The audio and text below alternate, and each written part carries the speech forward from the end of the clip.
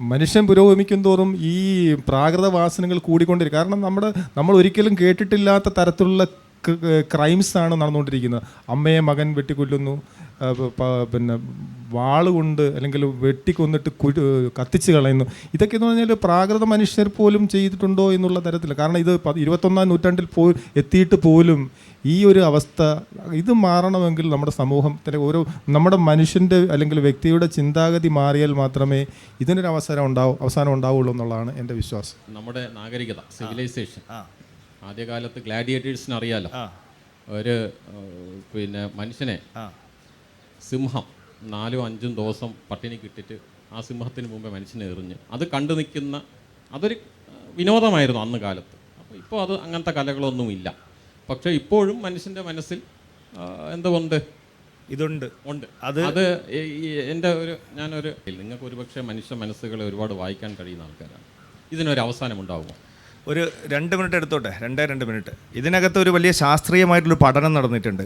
അതിൻ്റെ ബേസ് ശാസ്ത്രം നമുക്ക് ഒഴിവാക്കി പോകാൻ പറ്റുന്ന കേസല്ല. ഈ conscious mind, sub conscious mind എന്ന് പറയുന്ന 2 സംഗതികളുണ്ട്. ഈ കോൺഷ്യസ് മൈൻഡിനകത്തേക്ക് നമ്മുടെ ഉള്ളിലേക്ക് വരുന്ന ഏത് ചിന്തകളെയും നമ്മൾ ആത്യന്തികമായിട്ടൊരു ഭീരുവാണെങ്കിൽ നമുക്ക് ധീരനായിട്ട് ജനങ്ങളുടെ മുമ്പിൽ അവതരിപ്പിക്കാൻ പറ്റും. കാര്യം വെച്ചാൽ നമുക്ക് നമ്മുടെ ബുദ്ധി കൊണ്ട് റീസൺ ചെയ്യാൻ പറ്റും, നമുക്ക് ആക്ട് ചെയ്യാൻ പറ്റും, നമുക്ക് ആർഗ്യൂ ചെയ്യാൻ പറ്റുന്ന അത്തരം ചിന്തകളിലേക്ക്. പക്ഷേ സബ് കോൺഷ്യസ് മൈൻഡ് എന്ന് പറയുന്നത് ഒരു ബെഡ് ഓഫ് സോയിലാണ്.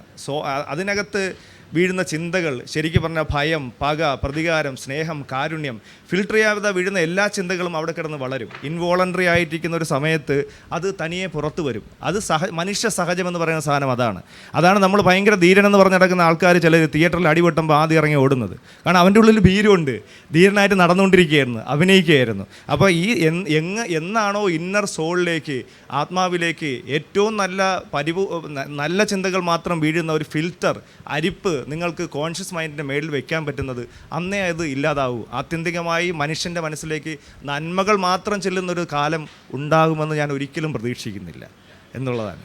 ഇത് ഉണ്ടാവുമല്ലോ, ഇത് ഉണ്ടാകാതിരിക്കുമല്ലോ. അതുമാത്രമല്ല, നന്മയെ എക്സ്ട്രീമെൻറ്റിൽ കൂടുതൽ നന്മ ചിലപ്പോൾ ഡബിൾ പോസിറ്റീവ് നെഗറ്റീവ് ആകുമെന്ന് പറയുന്നൊരവസ്ഥയുണ്ട്. വലിയ നന്മ ഭയങ്കര ദുഷ്ടതരമായി മാറാൻ ഉള്ള സാഹചര്യമുണ്ട്. സ്നേഹമാണ് ഏറ്റവും വലിയ ചങ്ങല എന്ന് പറയും. സ്നേഹത്തിൻ്റെ തടവിലാണ് മനുഷ്യനെ ഏറ്റവും വലിയ പീഡനം അനുഭവിക്കേണ്ടി വരുന്നതെന്നും പറയും. അതുകൊണ്ട് ഇതിൻ്റെ അകത്തുള്ളത് തന്നെയാണ്. ഏറ്റവും കൂടുതൽ നമുക്ക് ചെയ്യാൻ പറ്റുന്നത് ഇതിനൊന്ന് ഫിൽട്ടർ ചെയ്തെടുത്ത് പോവുക എന്നുള്ളത് മാത്രമേ ഉള്ളൂ. ഒരു ഹ്യൂമൻ ബീയിങ് ആകാൻ വേണ്ടി ശ്രമിക്കുക എന്നുള്ളതേ ഉള്ളൂ എന്നാണ് ഞാൻ വിചാരിക്കുന്നത്.